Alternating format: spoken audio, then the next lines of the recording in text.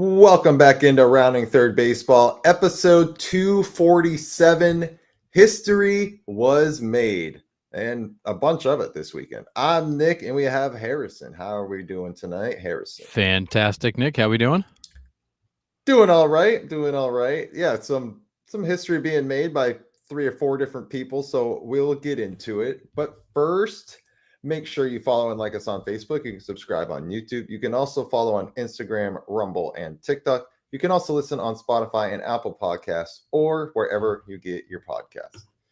We also have our affiliate sponsors, Dick's Sporting Goods, MLB Shop, and Lids. You can find these links at the tops of all of our socials. If you do any shopping with these companies, please do it through our links as we get a nice little kickback with no additional cost to you. Just a great way to support the podcast. We also have Rounding Third merch. If you go Rounding Third Baseball on Etsy, you can find some merchandise on there. So we got sweatshirts, t-shirts, tumblers, phone cases. We got a whole bunch of stuff. Just another way to get our name out there and to support the podcast. All right, Harrison, we're going to jump right in. Jen Powell makes history. We talked about it on Thursday. She was set to become the first female umpire in Major League Baseball history. First pitch of the game was called a strike. We'll get back to that in a minute. And was removed for authenticity, most likely sent to Cooperstown, and then we'll make it back to Miss Jen Powell herself. And I put this little caption. Honestly, she fits right in. Because the first pitch of the ball game was a good 5-6 inches off the plate inside, and she calls it a strike. Yeah, I mean, it was over the chalk of the right-handed batter's box. And even the batter just kind of shook his head, looked back at her, then just turned and walked away, realizing the moment. And it wasn't the time to be like, seriously. But, I mean, that was a brutal first call to start your career. And but again, like it just proves it's not easy. No. It's and I hard, mean, it's hard for everybody. For me, it's almost like I don't care where this first pitch is going. I'm going to call it a strike. I mean, and I also wonder, like, was she told to call it a strike just to like make it more of a moment? Now, granted, if they threw like a 47-foot fastball, was she calling that a strike? But yeah, right. I mean, it's a lot cooler for the first pitch to be a strike, where you actually get to motion and call something where it's a ball, where you just kind of go, meh, you don't really do anything. Yeah, I mean, this first pitch really wasn't close, but I mean, we talk about umpires all the time, and there's a lot of time that they are not close at all. So I mean, it is not even just a her thing; it is an umpire thing across baseball. Yeah, John, that's kind of what I was alluding. That was kind of what I'm alluding to. It seems like she was calling that a strike if it was anywhere in the vicinity, and I think for the history of the moment, you kind of have to. It's, first pitch for a ball is not a very exciting headline when you send that to Cooperstown. Yeah, but I mean, yeah. The comments on MLB's page were, they're calling her the niece of Angel Hernandez. Like, it was pretty brutal. It was, but we called it on Thursday. We knew it. We knew this was coming. We called it. We said the first blown call that she makes, or the first call she misses, the internet and social media is going to have a field day. Brian. Kevin FanDuel's looking into her now. Yeah. Yeah, Class A couldn't throw a ball there. Yeah. Yeah, it was a strike for sure. I mean, and let's be honest, like for the whole game, her strike zone was a little rough. I don't think that I think as you said, Nick, she's not going to love the report card she gets from today. Yeah. Because I think her strike zone was a little inconsistent. Now, granted, her first game at the major league level, making history, like, I think you just kind of wipe this one away and call it what it is. But I mean, it was a bit of a rough game. I will say all kudos to the players. They understood the moment and did not make it a situation when she made a call like that. They just kind of let it go, which it was big of the players to buy into this and not make a scene out of a bad call. Yeah, I mean, these guys on the field aren't stupid. They understand the historical significance of this, and again, they handle bad calls all the time. And 99% of the time, the players don't say anything about it. They just tuck their head, shake their head on their way back to the dugout. And that's just umpires in general. Yeah. Yeah, I mean, there's umpires that are under 80% balls and strikes, like you're saying, John. She can't be any worse. And No, I mean, she may not love the report card. It's not going to be great, but it's not going to be as bad as some of the ones we've seen this year. That is for sure. yeah, and she was in the bases for the doubleheader on Saturday, Captain, and then the plate. So she got her feet wet, if you will, like on Saturday at the major league level, and then behind the plate today.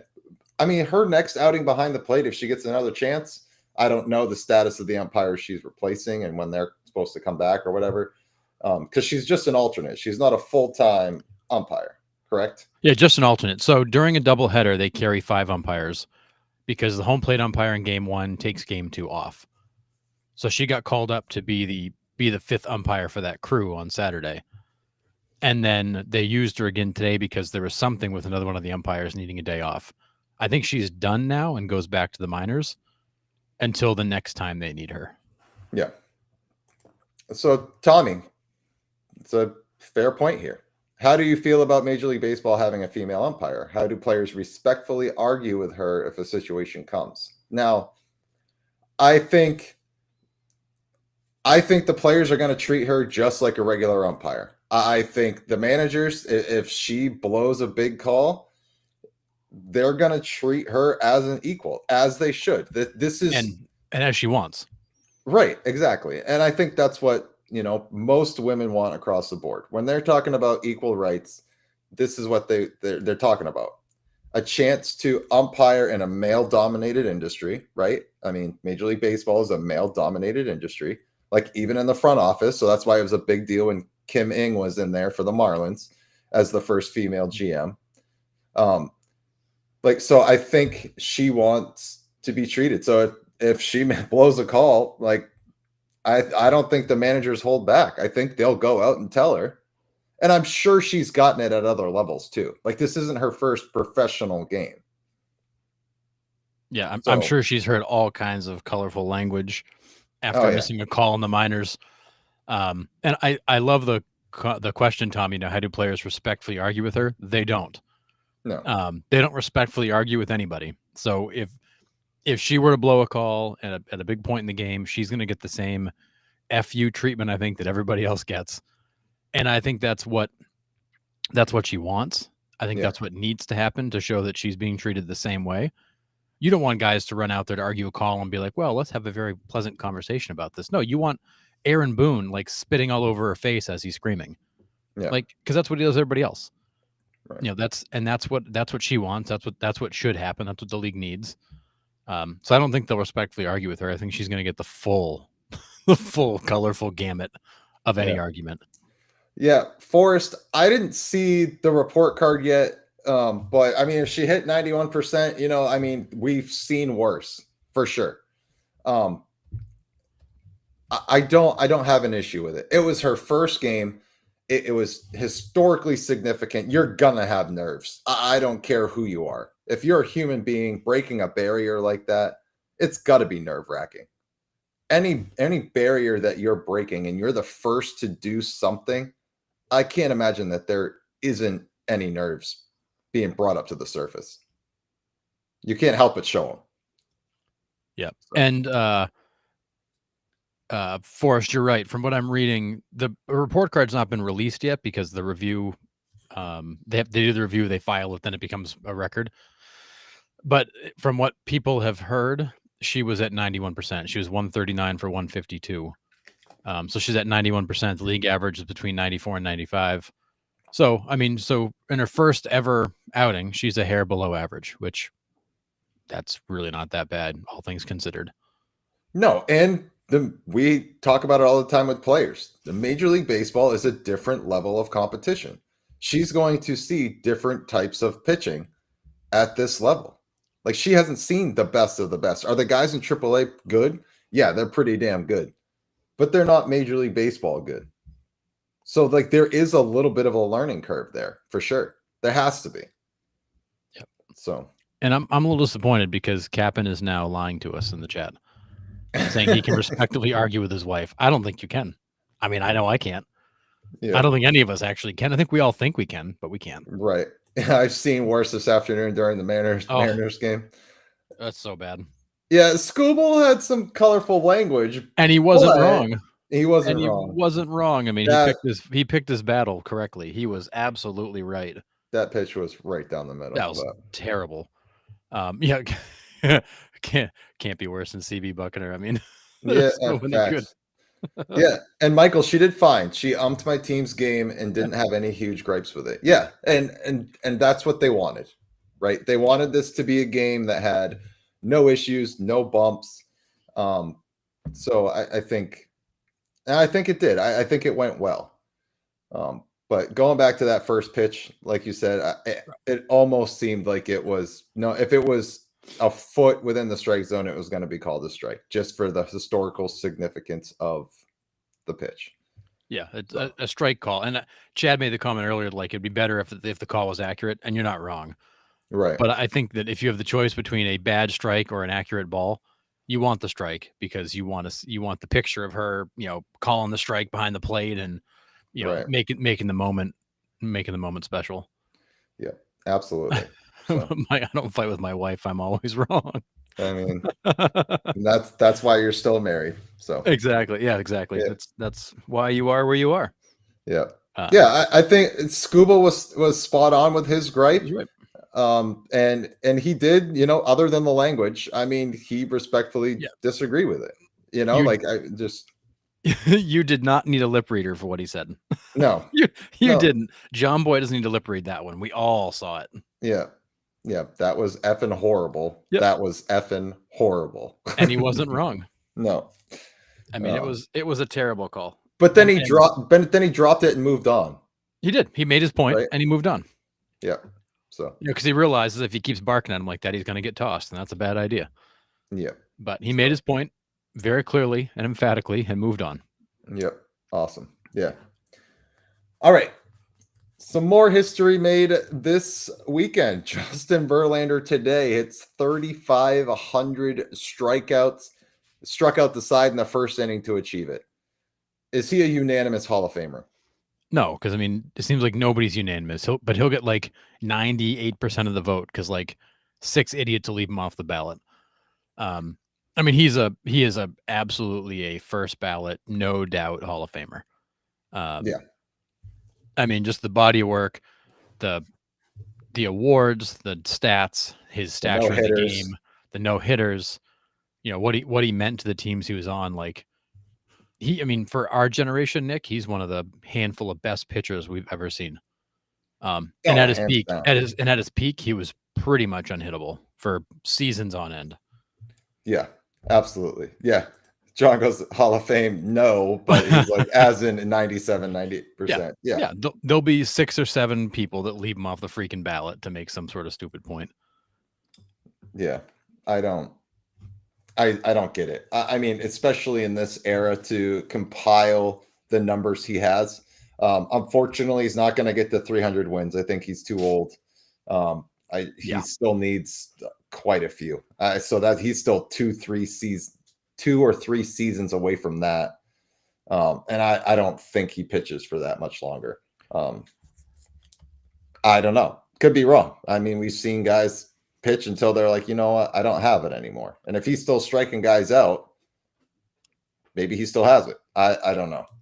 But yeah, I do think that he's the kind of guy who's going to hang around until nobody wants him or he physically can't do it. So I mean, I could see him coming back next year because he's just a guy that wants to be around the game. And I think, was it Forrest that asked us, do we think that him hanging on is hurting his status? And I don't think it does. I think he cemented his place in baseball.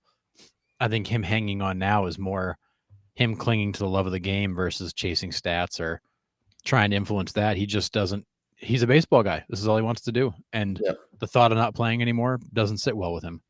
Yep. Yeah, Tommy, I agree with this point. Justin Verlander should be at a unanimous Hall of Famer. Someone will leave him out, but overall, he's definitely getting in. Yeah, we're not saying he's not getting in the Hall of Fame. He's definitely getting in. And I hate the fact that people think that longevity hurts their Hall of Fame status. I mean, Sean liked to bring up Craig Biggio a lot and was like, oh, well, Craig Biggio only got to 3,000 hits because he played, 20 some odd seasons. Okay. How many MLB players can say they got the opportunity to play 20 seasons, pretty much injury free? Not a lot. So longevity should be rewarded in my eyes. Mhm. But yeah, I mean, I think longevity is not a bad thing. If you can continue to play and play at a high level and do that for a long time, okay. I mean, did longevity hurt Tom Brady? Did it hurt Nolan Ryan? I mean, no. Those no. guys did just fine into their 40s. Yep. Yeah, he's pitching until he's 47 and a half. Yeah. Maybe Jamie Moyer will teach him a good knuckler and he'll hang on a while. That'd be amazing to see Verlander out there throwing a freaking knuckleball. Yeah, and Corey, I agree with this. He's in the Hall of Fame already. Yeah. I agree. Yeah, they're just waiting for him to retire so they can start the clock. Exactly. And they're probably going up to him being like, hey, listen, buddy, the ballot's not too good the next few years. So if you could just hang them up for us, we'll get you in there early, like, come on. He's definitely in. There's no argument out of me, Corey. Nope. He's just hitting milestones now. I think it's almost he needs to get there. Yeah, you're just piling up the last few stats, but I don't think it matters. I don't think another milestone matters to his status, his Hall of Fame potential, where he fits in the game of baseball. I mean, he's one of the greatest pitchers we've seen in the last 30 years. Yeah. This is a good question, Mike. At this point, does anyone deserve to be 100% considering who hasn't been? This is hard. This is a hard one for me because I completely understand the point that you're saying, right? If these guys aren't unanimous Hall of Famers, then really who should be? Right? Yeah. I mean, I get that point. But I mean, at what point do we just throw that aside and be like, this guy definitely is? I mean, there's no ifs, ands, or buts. This guy should get a Hall of Fame vote from everybody, right? I mean, if he doesn't, why? What is your reasoning? Like, give me your reasoning for not putting Justin Verlander, arguably the best pitcher from 2000 till now, in the Hall of Fame. No one can give me a good reason to leave him off the ballot. No, if you can, I'd love to hear it, but I can't think of a world in which you could make any sort of case. I mean, I think there's a lot of players that have been deserving over the years to be unanimous, and we've only had the one. Yeah. But I think, unfortunately, that argument would be like, well, I'm not gonna discipline my children today because they didn't listen to me yesterday. All hell would break loose. It's one of those where we kind of have to admit or understand the errors and omissions of the past and move forward, hoping they get it right. I don't have any faith that he'll be unanimous. There will be somebody or buddies that don't put him on the ballot, and they'll have some reason. He looked at me funny one time in Houston. He didn't sit down for an interview with me when I asked him really nice. Whatever. Everybody's going to vote for him, so I'm not. That I believe was a situation with Ichiro. That writer was like, everybody's voting for him. I don't need to. Right. It's like, really? That's a great answer for why you wouldn't do it. Yeah. Just because the writers don't know what they're doing and make bad decisions. I mean, I'd like to believe there will be future unanimous players because there are players coming that deserve it. Yeah. But and this is one. Michael said it, Pujols. I mean, the dude's 330 career hitter, 3,000 hits, 700 home runs. I mean, get off it. If we're not unanimous for Albert Pujols, what are we even doing? Yeah, and by the way, spent all of his free time in the community, and he was building schools for kids overseas. And I mean, one of the greatest humans you'll ever meet. I mean, listen to these numbers: 101.2 career WAR, 703 homers, 296 batting average, 2,218 RBIs. I mean, what if he is not unanimous? I'm with Michael. If he's not unanimous, what are we even doing? If he's not unanimous, then I think MLB should reserve the right to step in and investigate the voting process. 1,000%. They're just Yeah. like, well, look, this is embarrassing. We need Yep. to figure out what's going on here. Yep. Clayton Kershaw's in. He'll be in the Dodgers Hall of Fame. He's in the regular Hall of Fame for sure. Don't even get me started with Derek Jeter, Tommy. We're gonna just kind of skip past that. But I understand your point. It's a guy that won all the time. His entire career, he won 3,000 hits, shortstop of a historical franchise. Like I get it. Yeah, Derek Jeter was baseball's Tom Brady. That's who he Yeah, is. exactly. He was a winner. Was he Yeah. the best guy on the field all the time? Nope. But he was a friggin' winner. Yeah. And he got the most out of everybody around him every single day. Yeah. And I can respect the hell out of that as a Red Sox fan. I really can. Like Yeah. people are like, Red Sox hate Yankees. Yes, we do, but I can respect the hell out of Derek Jeter. But yeah, Boston Red Sox didn't vote for Jeter. The sad part is the Boston Red Sox probably did vote for Jeter. It's probably a New York Red Sox that didn't. yeah, most likely. It was probably somebody in his own market. Yeah. Or Philly. They always screw it up. And Cap, and I hate that yet you're right on this one. If the voting is private and done by writers, they will never get an answer. Yeah, they don't have to share it. I'm just going to leave this here for you, Nick. Which one? Yeah, we're going to skip past that one.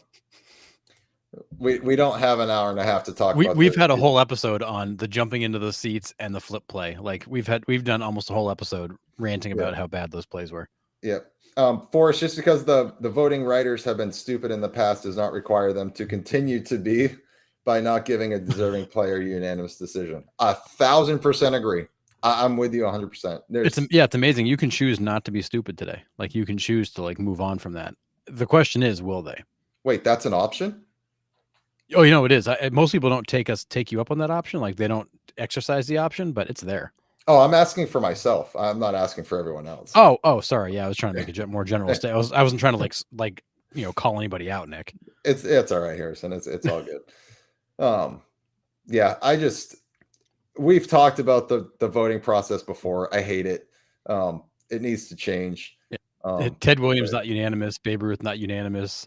Willie Mays not unanimous. I mean, yes, I totally see where you guys are going and have no argument that those were bad calls, but they were also there in some cases they were well publicized why the writers didn't vote for him. It was just the fact they didn't like him.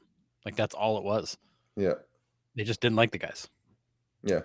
Rivera is the best closer in history. Every other position there's an argument about who is the best.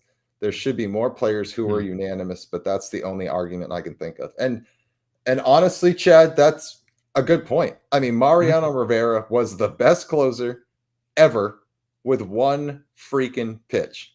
You knew it was coming, still couldn't hit it. And if you did, they made a rocking chair out of it.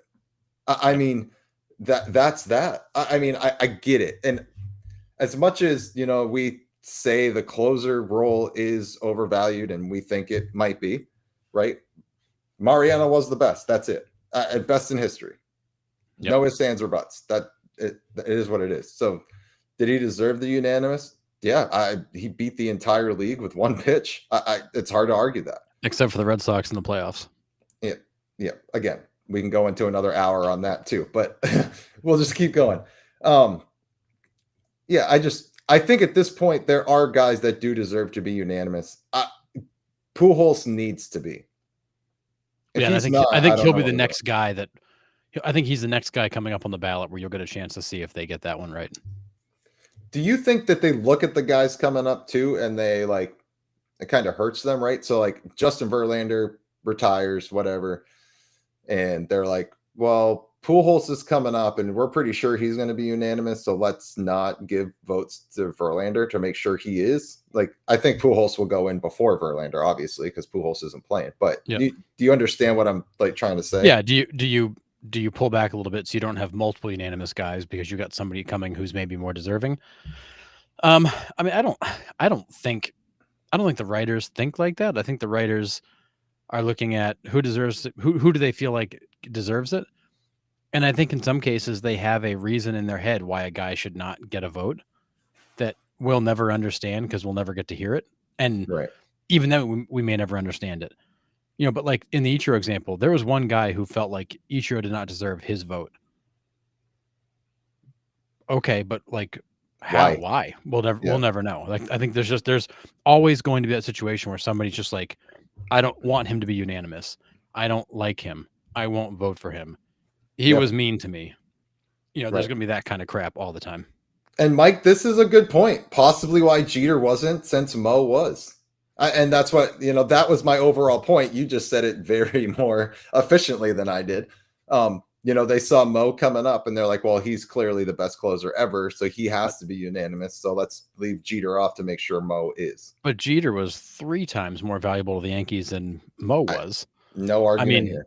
so yes, maybe the argument was, well, geez, because we just did it, we can't do it again. But that's a dumb argument. Just because one guy gets it doesn't mean another guy isn't deserving of it too. Like you need to look at these guys based on their own individual merits and where they fit. Should Justin Verlander be unanimous? I mean, maybe.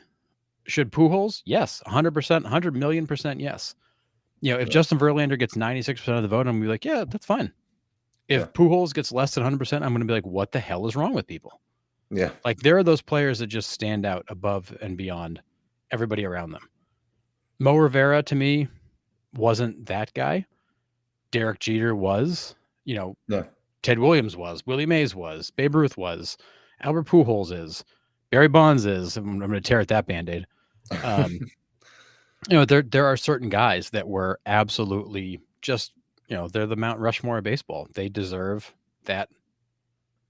They deserve that recognition. Yeah.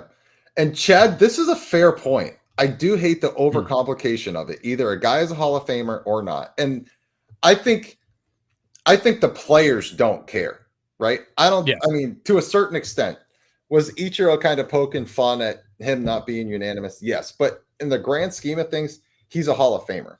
I think the number that matters to them is what? The 75% they need to get in? Yeah, I mean, it's one of those things where this is a pass-fail test. Once you pass, it doesn't matter what you pass by.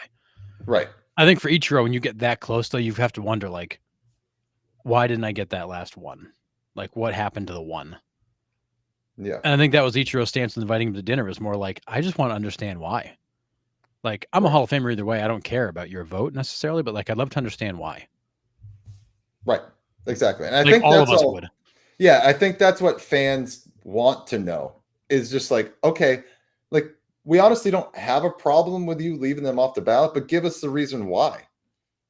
Like, right. Why did you? And you might have a good reason, you might not. That's what baseball is. Baseball is a whole bunch of different fans that see it from different lenses, and that's fine. That's why I love baseball so much is everybody in the chat values a different part of the game than I do, and then you do. I mean, you value baseball in different ways than I do, and that's just how it is. So if you leave them off, then say why, and we're gonna have to live with it. Yeah, because like I view the closer role as overrated. And should Mariano Rivera have been unanimous? No. Is he a Hall of Famer? Absolutely, he should be a Hall of Famer. Yeah. Should he have been unanimous? No, in my mind's not. But a guy like Derek Jeter should have been. Yeah. Now, there's probably people that disagree with me and say, no, the other way around. It should have been Mo and not Jeter. Great.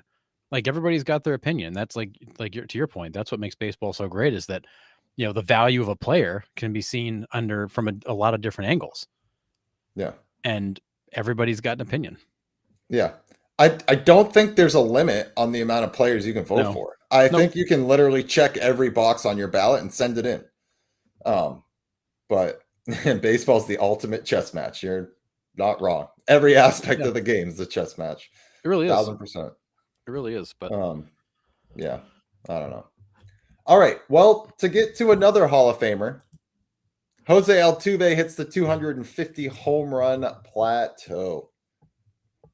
What are we seeing Altuve? Is he going to finish as the best Astro of all time? Now, you got some guys ahead of him. Bagwell, Biggio, Nolan Ryan. Oh, Brian says you can only vote for 10. It used to be maybe it is only 10 then. Yeah, I think they finally came back and capped it at one point, but I don't think anybody ever votes for 10. Yeah, okay, fair. But either way, so it's not unlimited, like I said. I was wrong.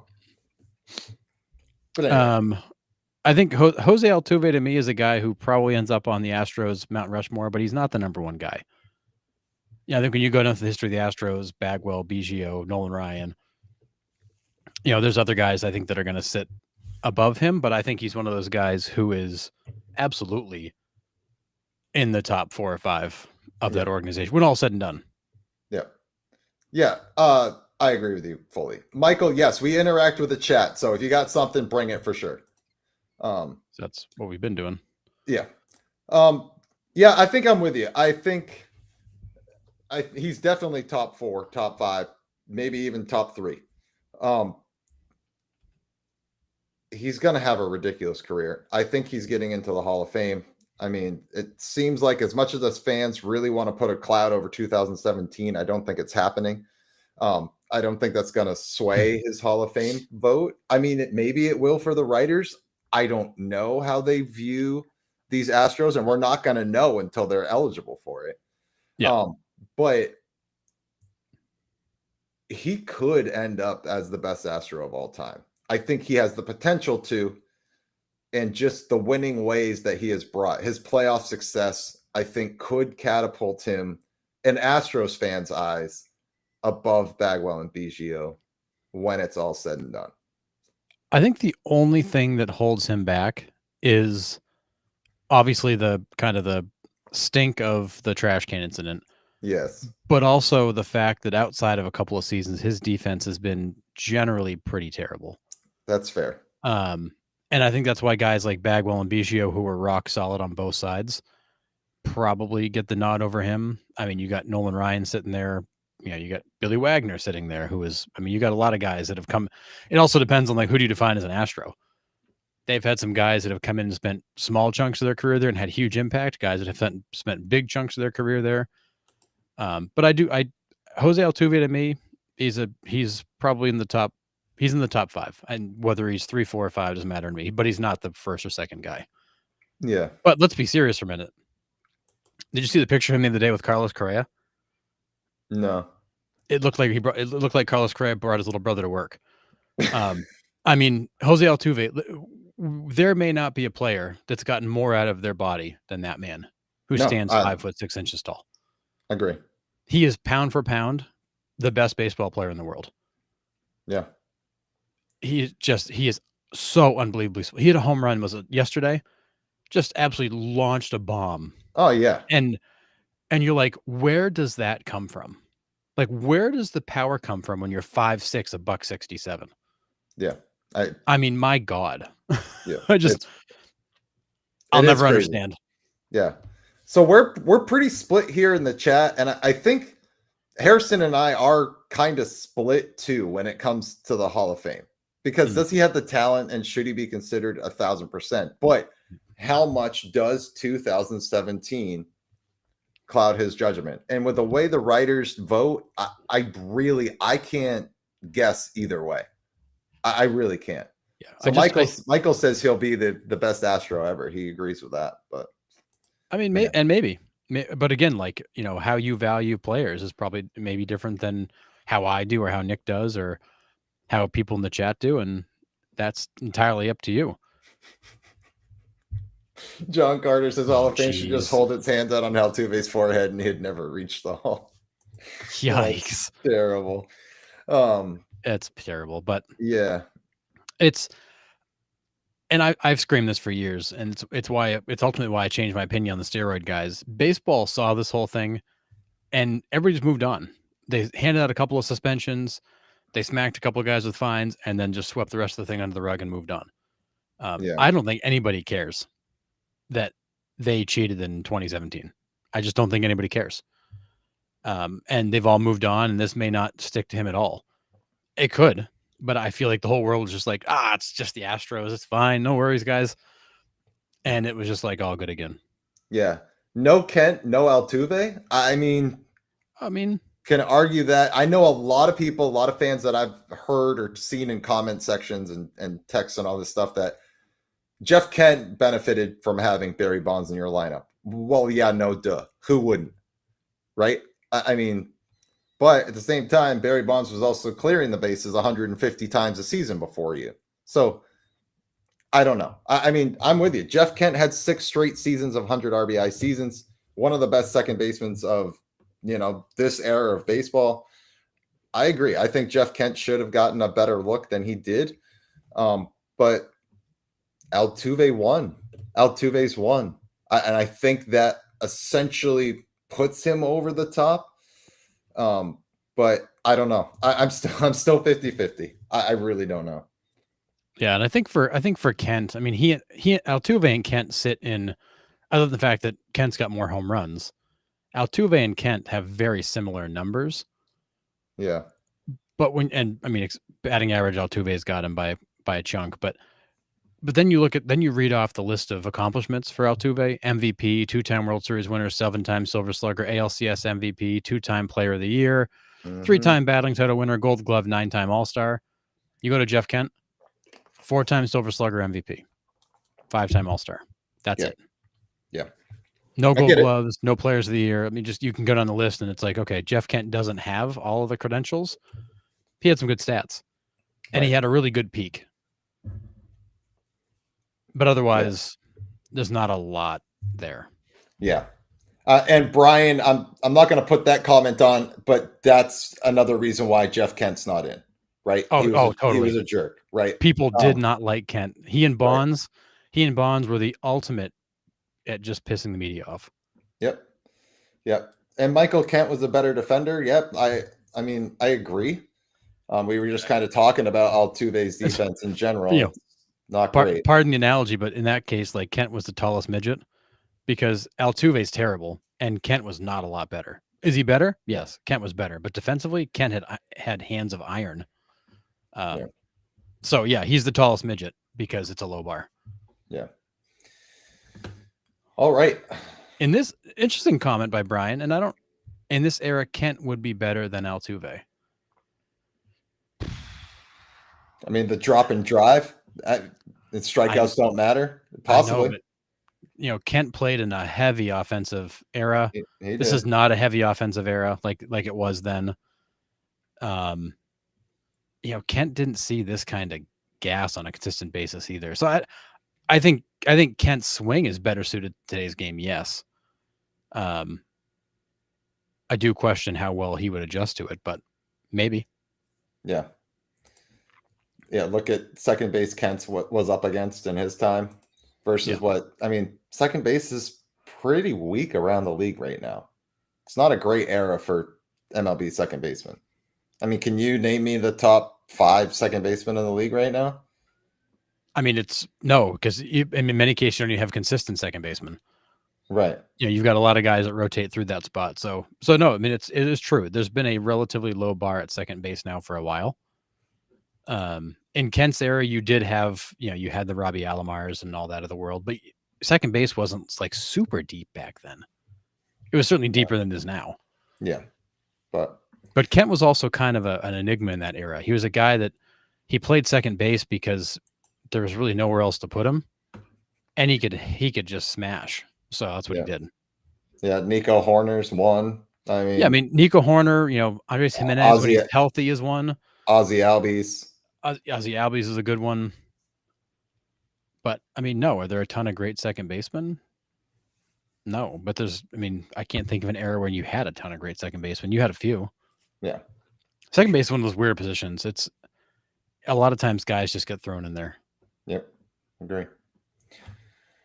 All right, let's get over to the Mets here, and Pete Alonso ties Darryl Strawberry's Mets home run record with 262. So obviously, Big Pete's going to smash that record here. Smash the over. Yeah, but pretty cool that he tied Darryl Strawberry's. That was yesterday, I believe, Saturday night he did that. So 262. And really not a lot of time. I mean, he got his first 50 his first year in the league. So, I mean, didn't really take him much time to reach 262. Yeah, and I find it wild that, Strawberry, that was 8 seasons. And he was holding the Mets all-time record. Like, I find that amazing that in all the Mets history that Strawberry in 8 years was holding that record. Yeah. Yeah, I mean, you look at Mets history, though, like they haven't really had a lot of power hitters that stay, right? Mike Piazza was late getting there. I mean, David Wright was injured. I don't even know if he would even start to sniff that. I mean, who else power hitters wise was a Met?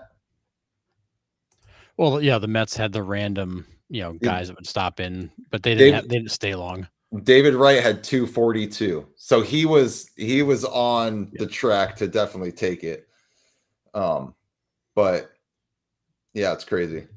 Alonso signed for a few years, right? It's not just 1 year. Is it? Did he get It's a 1-year deal, but he has a player option for next year. Oh, gotcha. Which So it he's is technically a 1-year deal, but he can choose to make it a 2-year. yeah. Which after the season he's having, he may decide to go back out in the market and try again.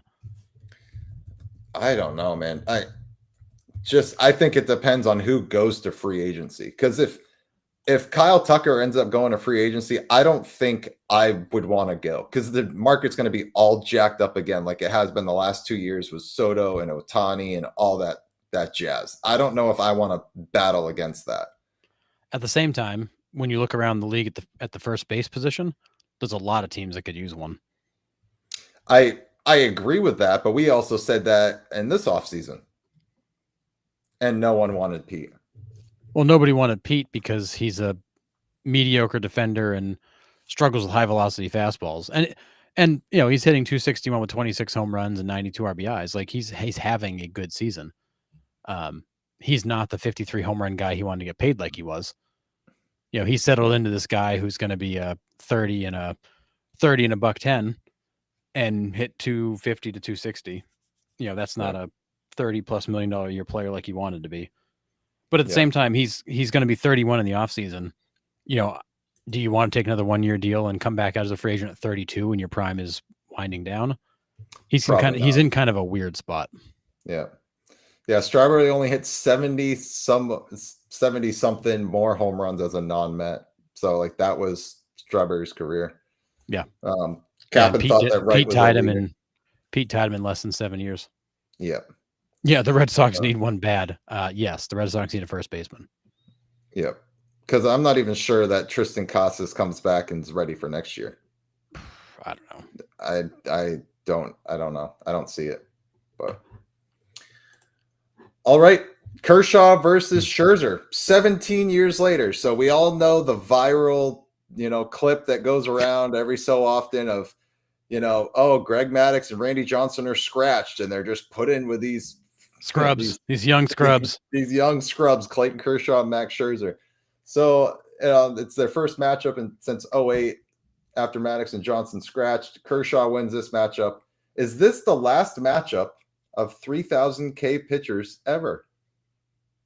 I don't see how you're going to have two guys in the league with 3,000 pitching.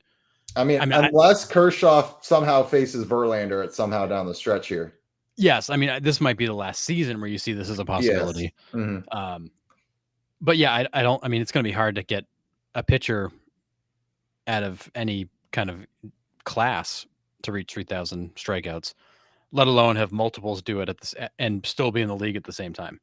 Yeah. And you got two guys that are, I would say, kind of hanging on here at the very tail end in order to do this. I think it's going to be really hard to see 3,000 strikeout guys face off again. But right now you've got three of them in the league, which you probably won't see that ever again. I agree.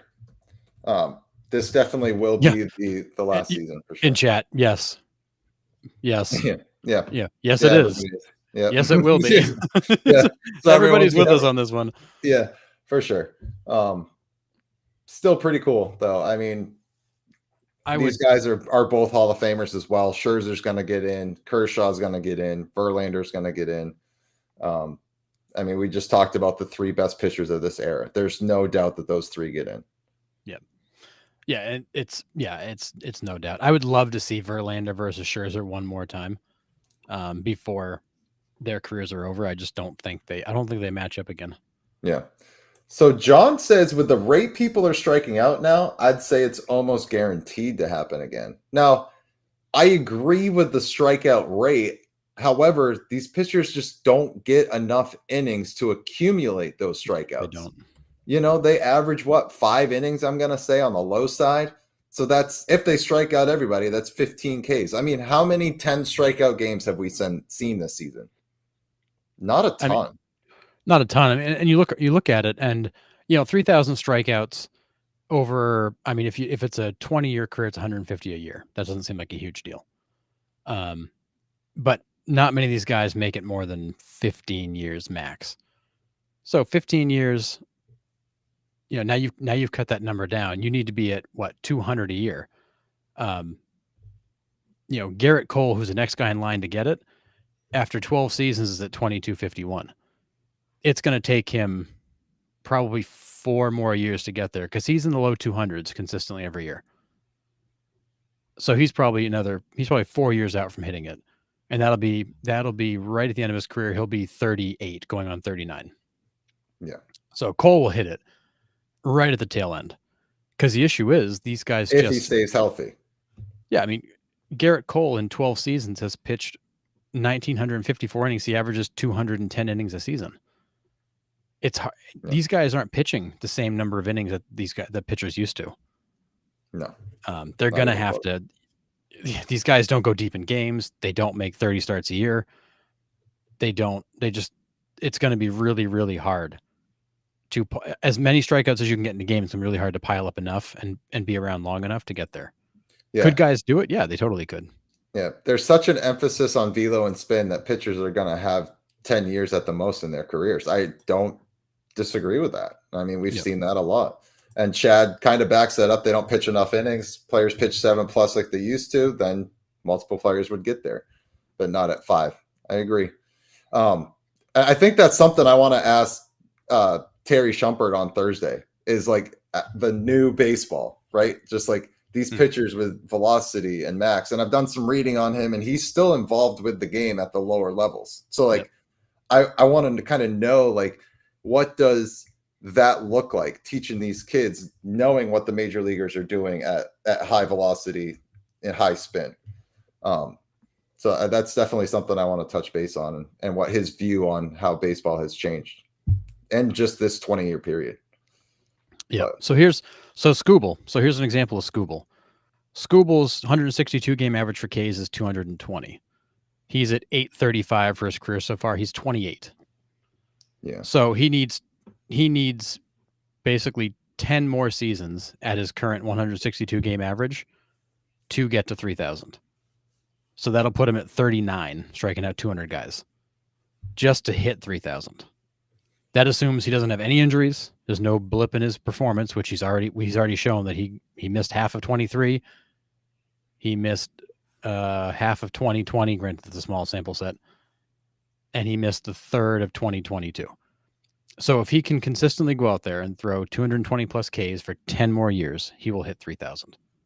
I don't see how he gets there. He's gonna get a Tommy John. He's gonna be gone for a year. Stuff's gonna happen. Yeah.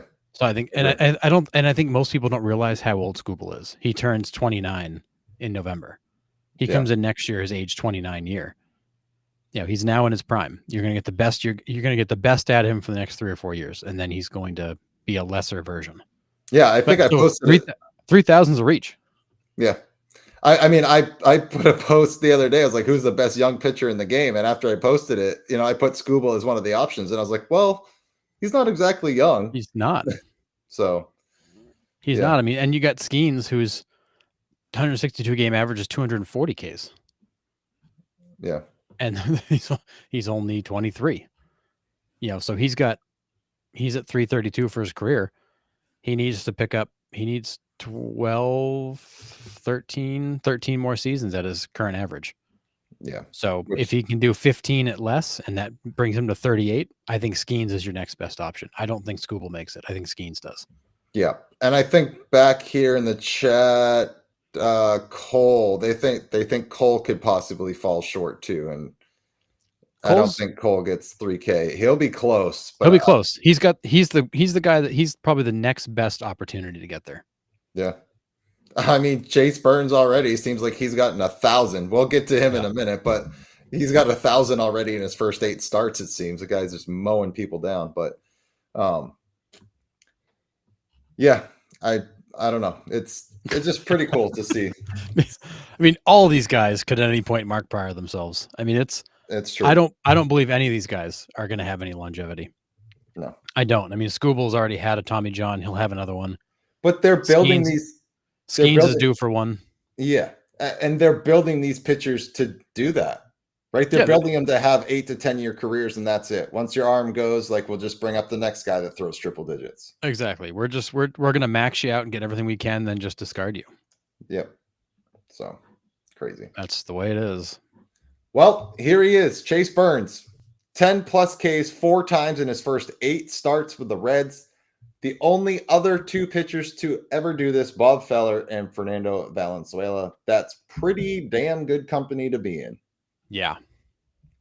So this kid kind of got robbed of him not pitching the racetrack game. The Bristol game.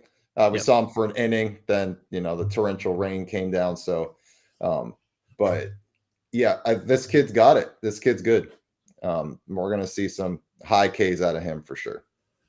Yeah. I think again, really fun to watch.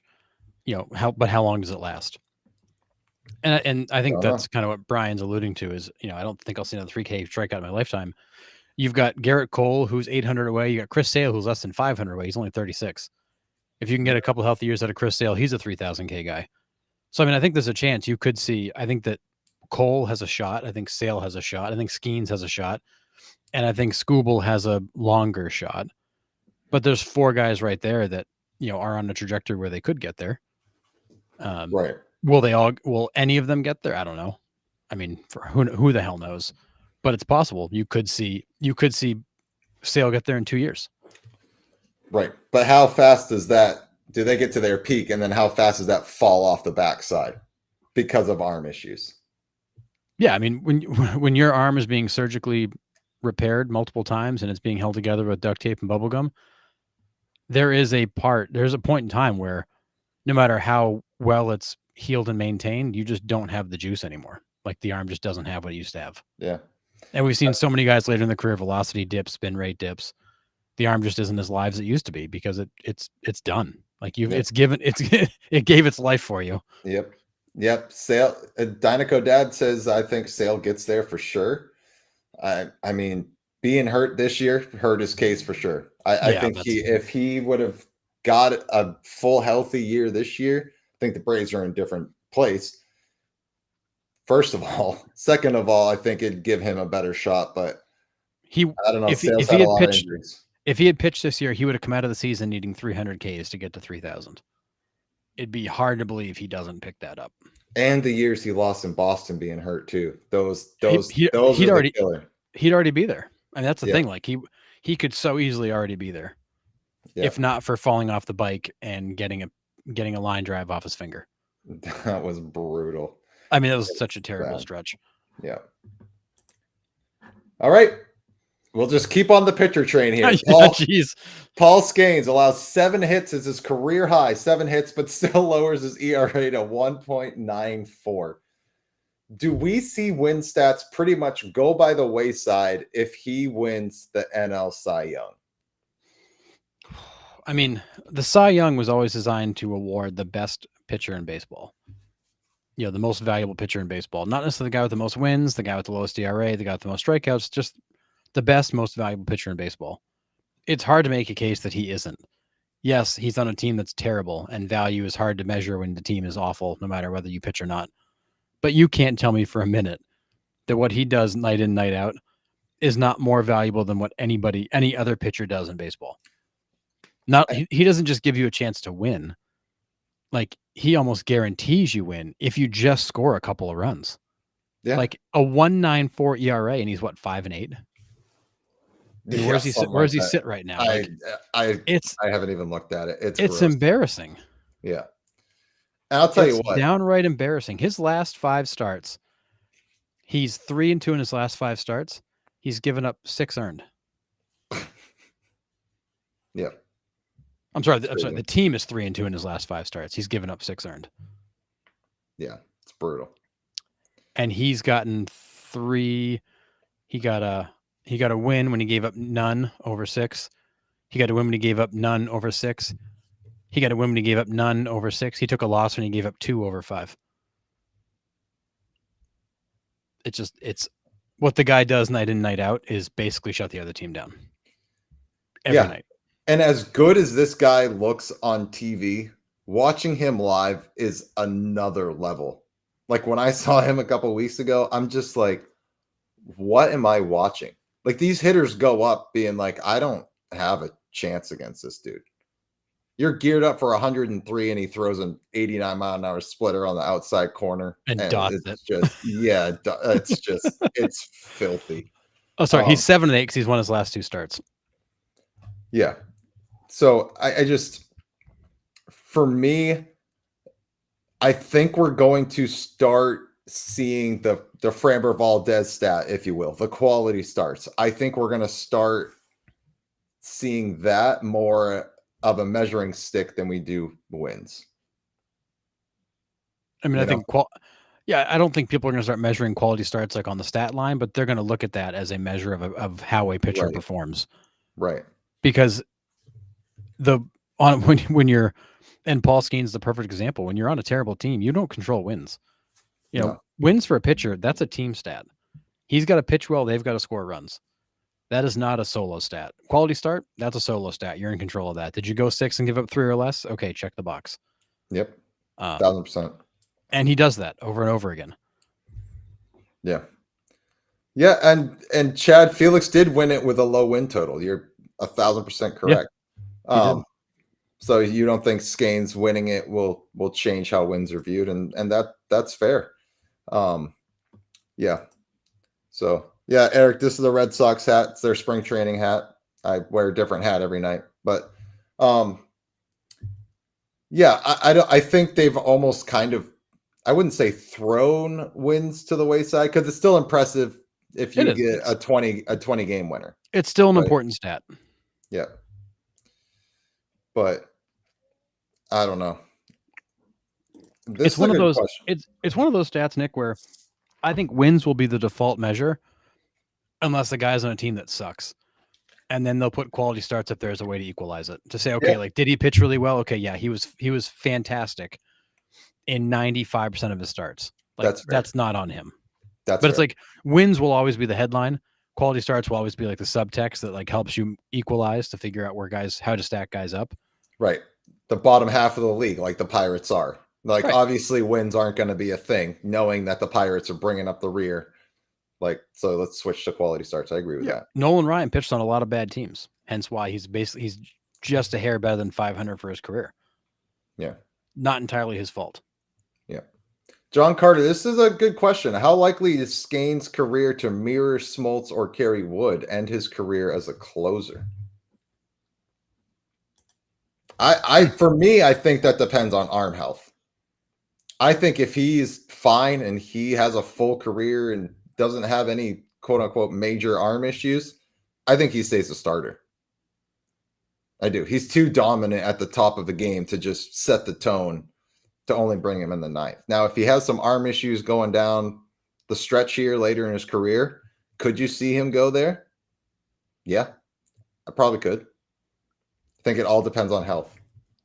Yeah, I think it's very much health dependent. And I will say the way Skeens kind of works, the way he treats his arm, his regimen, and also just physically, like his size and leverage.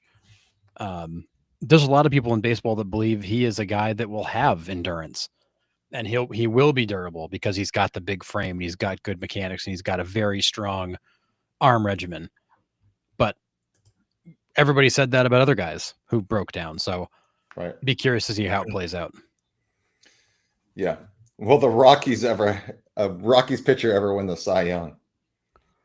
Ubaldo Jimenez was close, but didn't quite get there. I mean, boy, did he make a run at it. I mean, it's going to be really hard to get. It's going to be two things. It's going to be really hard to get that quality pitcher in Colorado. Yeah. Because nobody's going to sign there to pitch. Right. So you got to bring them up, which means you're talking about a young pitcher winning a Cy Young. Yeah. And 2, it's just that is such a tough ballpark to pitch in and be successful. Yeah. Yeah. A lot of green out there. That that building was not built for pitching. It was built for offense. Yeah. Yeah, not even talking about the home runs. There's just so much green out there for hits to fall That, into. So I mean, take a look at an overhead of Coors Field and compare it to other ballparks. The amount of green in the outfield it feels like it's twice the size of any other outfield. yeah, it's crazy. The gaps are massive. I mean, the outfielders there, no matter how good you are, I mean, Ken Griffey Jr. would look like a mediocre outfielder there because there's so much green to cover. Yeah. It's just absurd how big that outfield is. Yeah. Corey, it's a good point. The Pirates are a bad team, but Paul's the face of the franchise, and he's not going to come out of the bullpen if he's the face of the franchise. There's no way. No, there would have to be something physically that causes that to happen. Yeah. That'd be like taking Nolan Ryan saying, yeah, we're going to have you close. Yeah, right. It's going to be fine. Don't worry about it. Yeah, the guy that's putting butts in your seats. Yep. Yeah. Can Pittsburgh afford to keep Skenes when his contract up? That's an easy question. No. Will he want to stay in Pittsburgh? Probably not. The money, he'll go to a different team. When it is time, it wouldn't even surprise me if Pittsburgh, we've talked about it a little bit, Pittsburgh deals him at the start of arbitration because his arbitration eligibility is going to be through the roof. Pittsburgh's not going to be able to pay that. No, he's probably got one more year in Pittsburgh before they actively shop him because then he's going to start to get expensive. Yeah, because he can not sign the arbitration and take it to court and then award him $30 million that he's owed, right? Like Vlad Guerrero did for the Blue Jays. Yeah, and it's going to be a matter of what he's arbitration eligible in 2027. So it's not one more, so it's 2 more years. I thought it was 1 more year. Okay. And yeah, we've seen massive awards that he's bound to get one of them. You're talking 30 plus, maybe even 40 million by then. So next year he's pre-arbitration. Oh no, so it is 1 more year. So it's going into the 27 season. All right. So I'm right. So next year is his last pre-arbitration year where he makes nothing. And then 27, 28, 29 are his 3 arbitration years. They will likely trade him at the end of next season because they will not want to pay the arbitration settlements. What happens if a team doesn't pay the arbitration? Like, they go to court, he gets awarded, we'll just say a flat $25 million. Pirates are like, yeah, we don't have that in the budget. Does he just become a free agent? No, they have to trade him. They've got to trade him. They have to trade him or they're settled with the bill. Is that it? Yeah. No, the way the arbitration process works, once that's decided, that's the deal. So they then have to take that deal and say, so who wants this deal and flip it to somebody else. Gotcha. Okay. Which if I'm anybody else, I'm like, I don't care what the number is, give them to me and I'll negotiate a long-term contract with them. Right. Yeah. The Pirates if the Pirates are serious, they would sit down with them now and try to negotiate a long-term contract. And I'm sure Skenes would say, kick rocks. I'm out of this place as soon as I can get out of here. Yep. John, I mean, any question concerning money in the lockout is a good one. And I wish I had answers for you, but I just really have no idea. I mean, I have no feel on what the situation of baseball is in right now or what it's even going to be going into the lockout. So money-wise, going into the lockout, I don't have a clue. I couldn't even give you a guess. Will it change things? I'm guessing yes, because if they play with the floor, they play with the cap. I think that could change the amount of money that Skenes gets, but I couldn't sit here and tell you otherwise. I just don't know. Yeah, the lockout going into the 2027 season, that'll affect everything. You're talking contracts, contract structures, stats. I mean, yeah. If we lose a whole season in 2027, like a lot of us believe we could, then yeah, that's going to have a huge impact on contracts and money and stats and chases for 3,000 strikeouts and 3,000 hits and every other thing out there. Yeah. Yep. Baseball's going to be very different, and it could be. And if I'm Paul Skenes, I'm mad because I'm going to get paid $875 again next year. And then going into the 2027 season, I'm going to get paid, and we're probably not going to play. Yeah. Yeah. So we talk about Bryce Harper, screwing it up for the guys that aren't making any money. Paul Skenes is one of those guys. Yeah. Like he's one of those guys who's not making any money. Yeah. Yeah, young guys are getting paid sooner too. I think a lot of teams are seeing what the arbitration values are coming up as, and they're trying to sign these guys to extensions. You look at the Red Sox, they just signed Roman Anthony to that extension to avoid all arbitration because they're like, listen, we don't want to deal with that mess because this kid looks like he's going to be a top of the league, big league hitter. We don't want to go to the negotiating table with that. Like, we're all set. Let's sign him to an extension now, call it good, and we're good for 4 or 5 years. Yep. I think a lot of teams are starting to go to that model because they've looked at the arbitration and the money that's been handed out in arbitration lately, and they're like, we don't want to deal with that mess. Let's just pay it to them now and take the risk, which it is. Extending guys are a risk. They did that with Campbell. It's a risk. They ended up sending him down, but who knows? Still could pay out. Still time. Yep. Yeah, and Brian totally right. It means young guys are getting paid sooner. And Skeen's definitely, he absolutely has endorsements. It's not like the guy's making no money. Oh, he's right. he's not like on the side of the road with a cup out. And his girlfriend, fiance Livy Dunn, does pretty well for herself too. So I don't think they're hurting for money. It's too bad because the timing for him is going to suck because he's going to get that big payday and not get it because we're not going to be playing baseball. Yeah.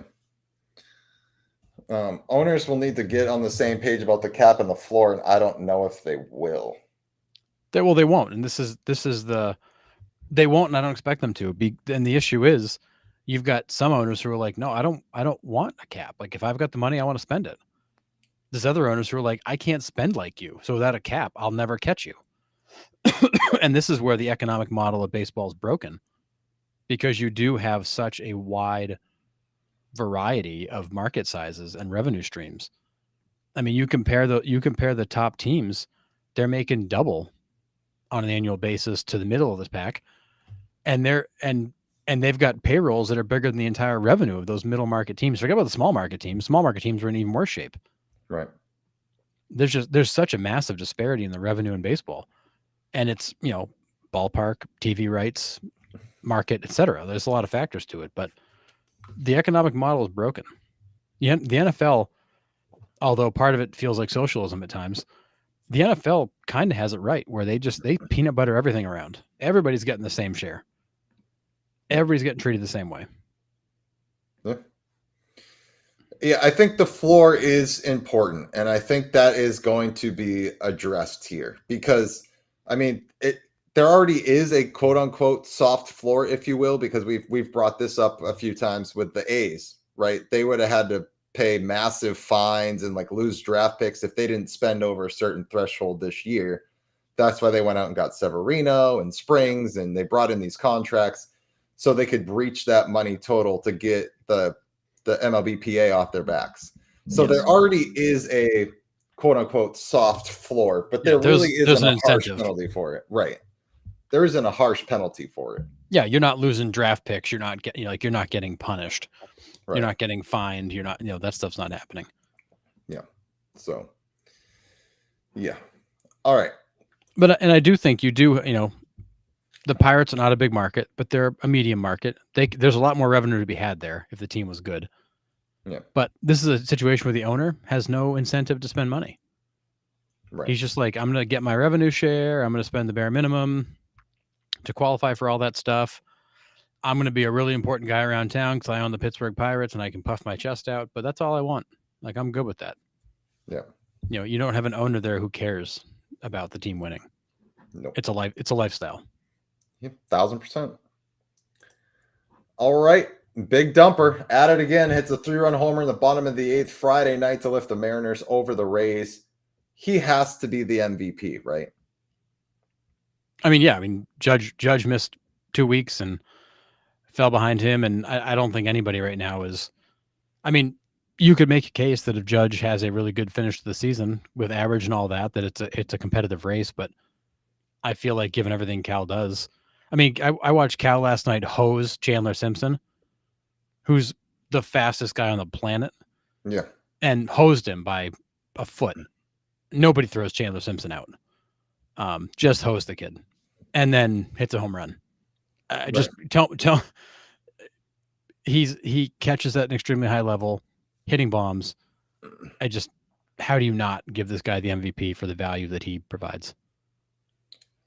Yeah, I mean, I agree. I hate the fact that Judge is still going to get insane amount of votes for Yeah. MVP. And I'm not trying to take anything away from Aaron Judge because he's a remarkable player. But like you said, losing 2 weeks, lately hurts him in the race. Yep. And Cal's not fading. Like this dude is carrying the Mariners on his back, and Josh Naylor coming into that lineup too has made a huge difference. The Mariners are legit, and they're showing everybody right now that they are in it to win it. In an AL, for me, I think that's wide open. Yeah, I would totally agree. I think it's Cal's to lose, and unless somebody has some obscene run down for the last 6 weeks of the season, and somebody being really only Aaron Judge that could catch him, I think that's the only scenario where this happens. Because I mean, Judge is hitting 339 with 37 and 86. That's an incredible line. 447 OBP and slugging 697. Right. I mean, his stat line is absurd. Yeah. But yeah, you look at the overall contribution from Cal Raleigh, and it's like, geez, how do you still make a case? You can't. I The, mean, he's the only thing that hurts Cal is the batting average. I mean, the sub 250 batting average is not great, but everything else is. Yeah, I agree. But yeah, I don't know. I mean, Brian, you're not wrong. ESPN's all over Aaron Judge, just like MLB's all over Shohei Ohtani. Like we get it. Like there's certain guys that are the top of the league that certain media markets just ride the whole time. Like I get it. And then, the point that Cap'n made, M's are making the playoffs. If the Yankees fall out, then Judge's MVP also kind of tails off too, I believe. But it's definitely Cal's to have. No doubt. Yeah, it's hard to make a case against him. It really is. All right, Harrison. Walker Buehler. Friday night at San Diego. 6 innings pitched, 4 hits, 2 walks, no runs, 4 Ks against a Padres team who is there. How much of the Sox's success leans on Walker Buehler coming down the stretch here? I mean, I sent you a message the other night like, oh my God, Walker Buehler looked good today. Haven't seen that in a long time. No. I think, the Red Sox have Crochet, who's guaranteed to give you a good start every time out. Giolito, who mostly gives you good starts. Brian Bayo, flip a coin. Yep. Walker Buehler needs to be better than flip a coin. If this team is going to continue to play like this for the next 6 or 7 weeks and hold on to a playoff spot, you need this Walker Buehler to show up more often than not. So far this season, we've not seen this guy very often, but that's the guy you thought you were getting. Yeah. And honestly, like, it's not about velocity and strikeout numbers. Like, he was filling the strike zone and getting a lot of contact right at people. That's what you're looking for. Right. Just fill up the strike zone. Don't beat yourself. And let your defense make plays. Now, granted, the Red Sox defense is terrible, but they're going to make plays. Playing better lately. It's been better lately, yes. But fill up the strike zone. Let the guys make contact. Let guys make plays. 6 innings for him. We haven't seen him go 6 effectively in a long time. No, not one bit. Buehler. And that's what it's been like for us all season as Sox fans watching him. We're just like, where is this guy? Yeah. He's not even here right now. He knows he's better than that. And he's said it. I've heard him say it in interviews. He's like, I know I'm better than this. Trying to fix things mechanically, trying to fix things mentally. But he was actually hitting spots against the Padres. And that's what he's been lacking all year, is he's left so many pitches over the heart of the plate and not gotten away with them. Sometimes good pitchers get away with pitches right down the middle because they got good stuff. Walker Buehler's velocity is up a tick from the beginning of the year, which is a good sign. Yep. But he's hitting spots. So that's what I liked about this outing. I hope he can continue it. For me, if he continues it, the Sox are in. If he loses it again or hasn't found it completely, and this was a fluke game, I think the Sox could be in trouble because, like you said, there's not a ton of depth behind Crochet and Giolito. There's not. It's just it's question marks. It's Bayo and Bueller, and then whoever the fifth starter is. Where now it's Dustin May, who wasn't good in his first start. If it's not Dustin May, then it's Fitz, who's Yeah. been Jekyll and Hyde. Yeah. Again, a young guy too. So it's just Bueller. I think Bueller is going to be key to them having the depth to continue to play like this. Yeah. Because they got the schedule coming is not easy. No. Do the Sox get into the postseason, or is it tough to make a prediction? It's hard right now for me because they're playing really good baseball, I think, lately. But that kind of scares me because they're peaking up like 3 weeks too early for me. Like, yes, I get you have to catch the teams in front of you. You're sitting in a wild card spot. You're sitting in a good position.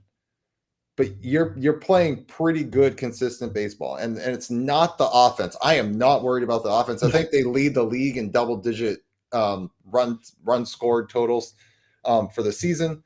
I think I heard that stat last night. So offense isn't the issue. It is the lack of consistency in the rotation. That is the only thing that scares the crap out of me going forward. What do you get out of the rotation? Yeah, I mean that is the case. I mean, the Red Sox are leaving San Diego. They dropped 2 out of 3 to San Diego. Got off to a great start on Friday night. Dropped the Saturday game in a close one and dropped one today. So 2 out of 3 to San Diego. You're hoping for better there. That was coming off of taking 2 out of 3 from KC and sweeping the Astros. Although the Astros were a dumpster fire for a couple weeks, so that helped. Yeah. So, but now you're going to Houston.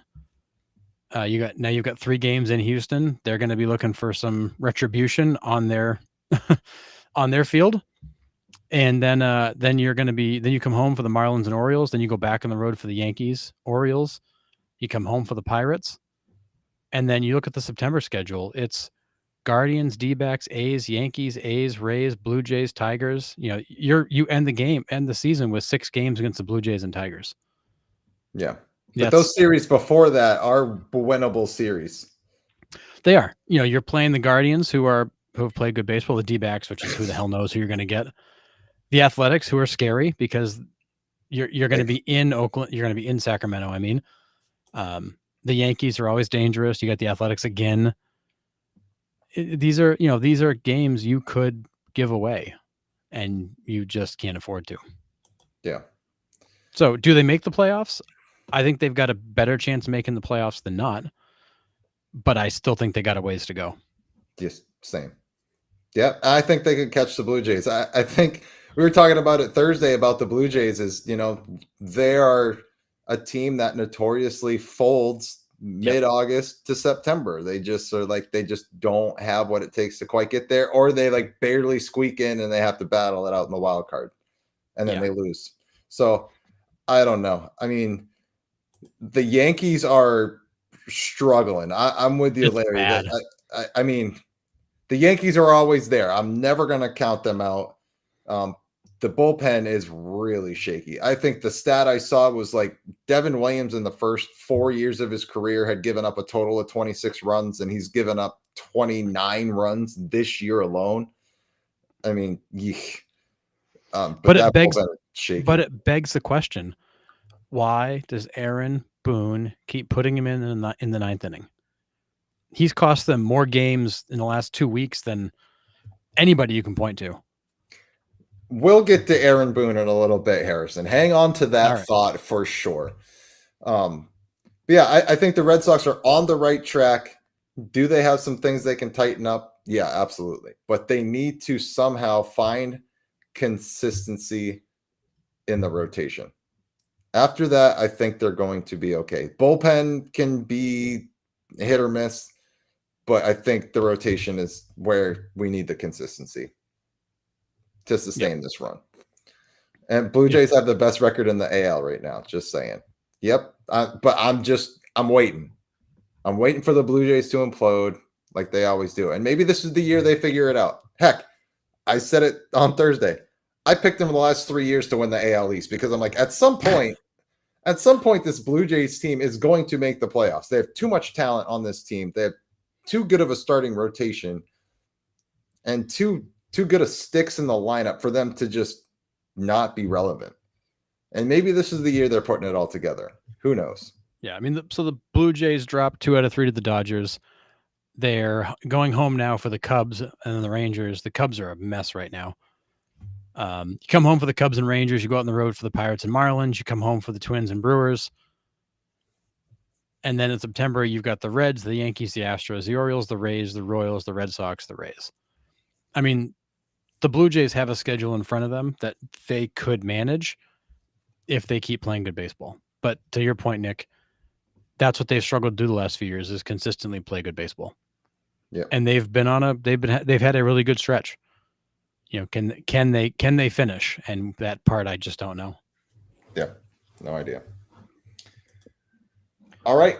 Kyle Karros, son of former MLB player Eric Karros, records his first hit for the Rockies. Are these legacy players actually better than everyone else, or are they getting a shot because of their name, or is it a combination of both?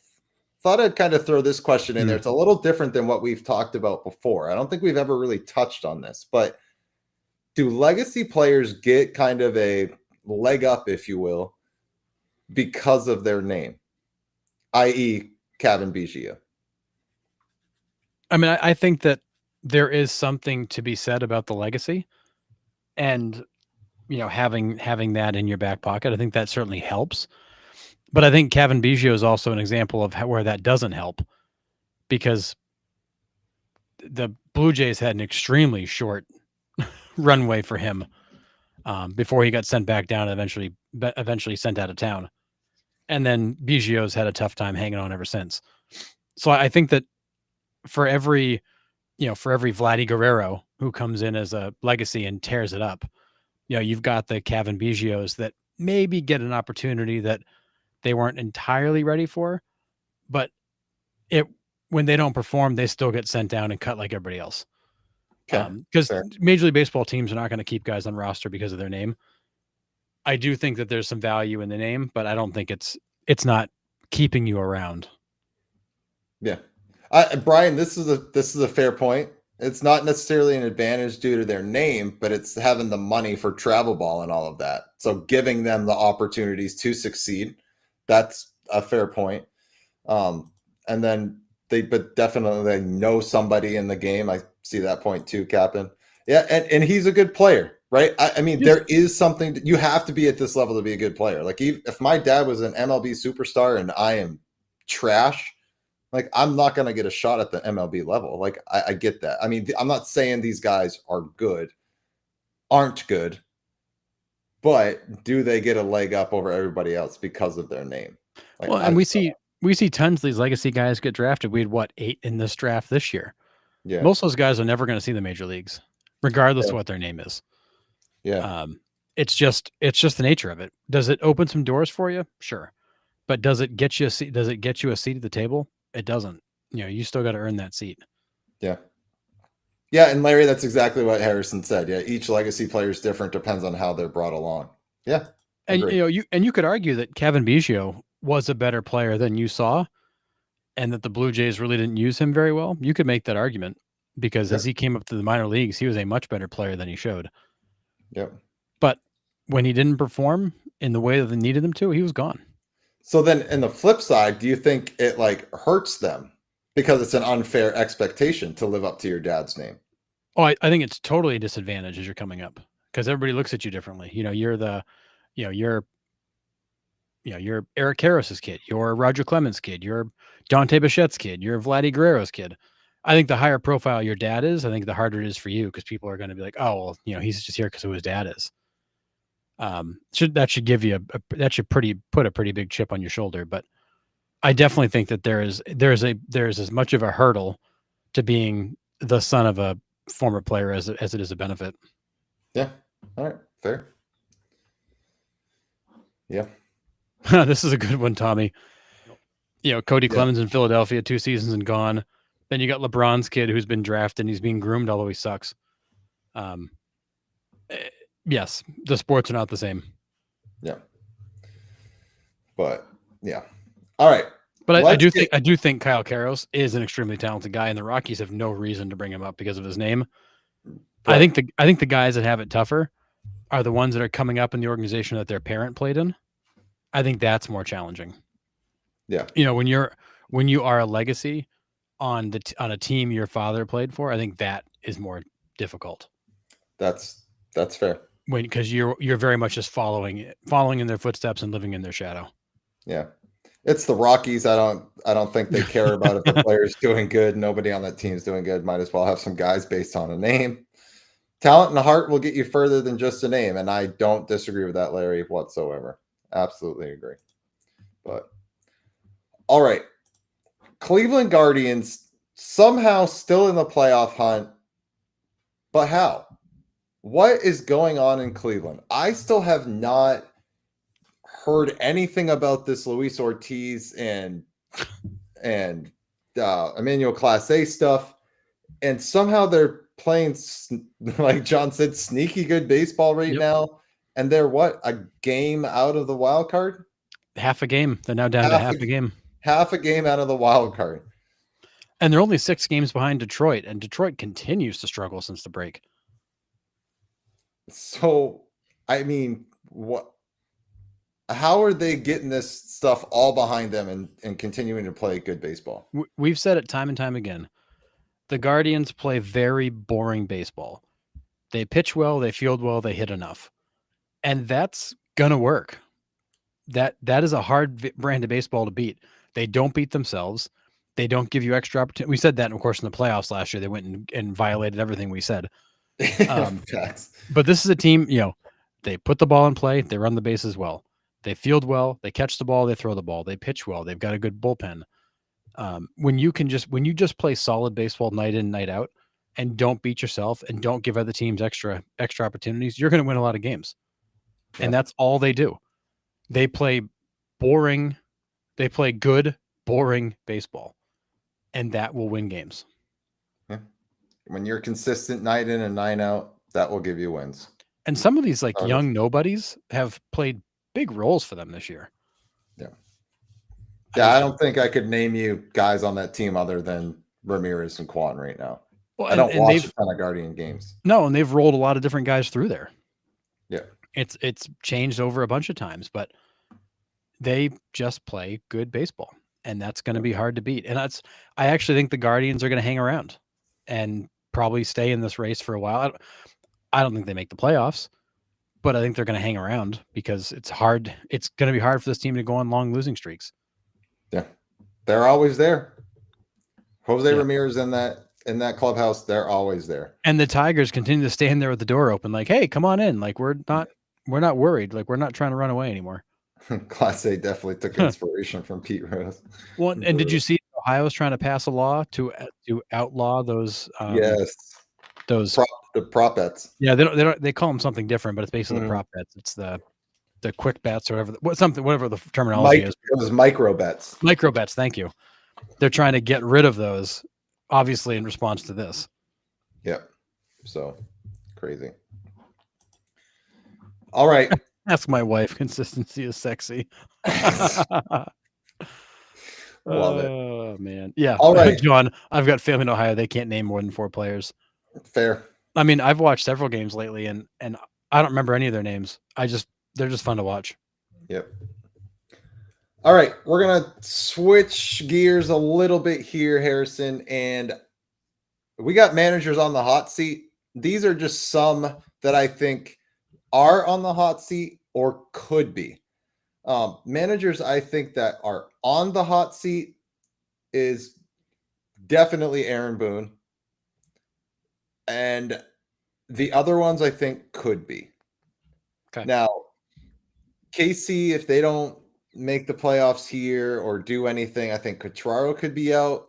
If the Blue Jays collapse, I think Schneider could be out. If the Padres don't win this year with what they did at the deadline and went all in, I know the Padres go in at the trade deadline every year. I get it. But I think Schultz out if they don't win this year. Torey Lovullo, I don't think is on the hot seat, but I put him here because I wanted to get like your take on it. I don't think he is because they love him there in Arizona, and he just got hit with the injury bug this year. I think Lavello's okay, but I Yeah. could be wrong. And then my thought with Baldelli is they just cleaned house at the deadline. Are they gonna clean house on the bench? Yeah. So I think that. So let's see. Let's go down the list. So Aaron Boone, I think, is definitely on the hot seat, but the Yankees continue to prove year after year that he's Teflon. So I'll believe it when I see it. But he should. Any other organization would have fired him already. How he's still there blows my mind. I do think that Schilt in San Diego is in a tough is in a tough spot. They had a great run last year. They coughed it up in the playoffs. You know, they're sitting in a good spot to be in the playoffs again this year. They made a bunch of moves. I think the expectations are high. I don't know that they'd move on from Schilt if they don't get it done, but I do think that Schilt is under more pressure. I think the leeway is getting a little shorter. I Agree. think Lavillo's safe. I think Baldelli. I think if I'm Baldelli, I just ask out. Like, just let me go. Let me go somewhere else because other jobs are going to open there better than this one. This is not going to happen anytime soon. I think Schneider. I think he's finally where they expect him to be. I think they want to see him hold on to that. I think Snitker is already gone. I think that's predetermined. And the one guy I think should be on this list that isn't, and not saying he's gonna get fired, but I think the pressure's getting turned up, is Craig Counsell. The Cubs went out and paid him a fortune and then went out and brought him in Kyle Tucker and pitching reinforcements and gave him what he needed. And that team is absolutely falling apart right now. And they're now 5.5 games behind the Brewers. Now, granted, the Brewers are on a run like we've never seen before. And I don't know when this thing ends because the Brewers are not this good a team. Like, you look at the stats, you look at the advanced stats, they're outplaying their stats, they're outplaying everything. But they are just winning, and they are and they're now at a plus 132 run differential, which is by far the best in baseball. That is not who this team is, but they are absolutely playing out of their minds. So that's not all on him. And the Cubs are comfortably they're plus 5 in the wild card. It's like they're comfortably in the wild card. They're not at risk of missing the playoffs. But I do think that they're looking around going, what the hell happened? We brought you in here because you were the guy, and you've this first season was a letdown, and now this is really not what we're looking for. Yeah, I mean, you look at Counsell's track record in Milwaukee. I mean, he always got the team there and then lost in the first round. I mean, could this be another? It's just what Counsell can do. He just can't get over the hump and get a team to the promised land. I mean, that's a fair point. Back here in the chat, Nick's Mix said Snitker. I think Snitker's on his way out anyways. I think he doesn't even care at this point. It's already been decided. I mean, I think he was going to. I think he's going to retire, and I think the organization's telling him to. Yeah. But yeah, what about Snyder in Toronto? What are your thoughts on him? I think the team is finally where they're supposed to be. I think they're expecting him to bring him to the playoffs. I don't think the expectations for Toronto are World Series or bust right now, but I definitely think they expect him to get him to the playoffs and have a good showing. I think if he does that, I think he's back next year. Okay. Fair. What about your Royals? I think Quatraro's safe because they like him, and I think they realized they did not build him as good a team as they hoped. There were some clear holes. So I think he's safe. I do think that they need to reevaluate that roster. And I think some of the players they thought would help haven't. And some of the guys a great example, you traded Brady Singer for Jonathan India, which looked like a good trade. Singer's been very good this year. Jonathan India, not so much. Yeah, which we kind of knew going in. We knew done much. No, the hope was, change of scenery, more regular playing time. Maybe that'd be good for him. He is who he is. And that's turning out to not be a good trade for them. Yeah. You called up Jack Caglianone and probably sooner than you wanted because you need an offensive spark. Your core guys have played well. Witt's been good. Pass watch has been good. Your pitching's been great. Yeah. But without Cole Ragans too. Right, without Cole Ragans. I mean, your pitching is still some of the best in baseball, but your offense sucks. It is miserable. Yeah. And they never got that right. Yeah. And I think they realize that's not on Quatraro. It's just you don't have the bats. That's fair. Is Counsell the new Buck Showalter? I mean, I was saying when Counsell left Milwaukee for Chicago that they way overpaid for a mediocre manager.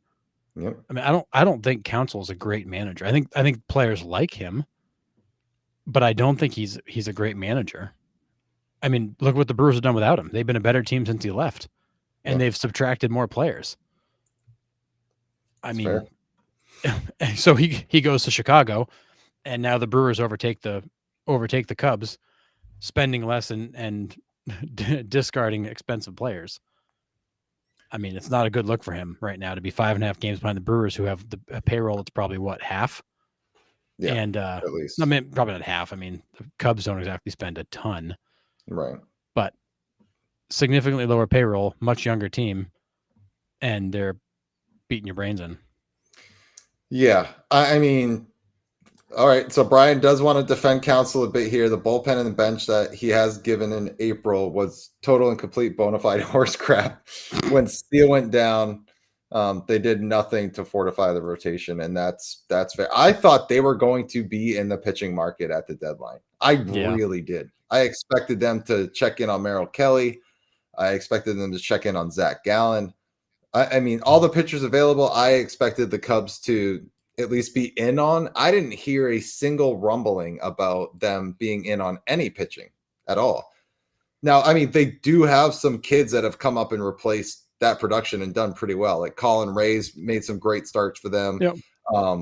Is it blanking on his name? Is it Cade Horton? I think it's the other one. So they've given I mean, they've come in and plugged those holes. Just thought the Cubs could have gotten one more arm there, but and Chad, I don't even know why I didn't put Cora on this seat, but because we know we're talking about him seems like a waste of time. Yeah, because he will be back somehow. The Red Sox love this guy. He is here for life. I personally don't get it, but he does something for that organization that we're apparently not seeing. I mean, yes, they have been a different team since Devers has been gone, and the record shows it. Like, all for it. I get it.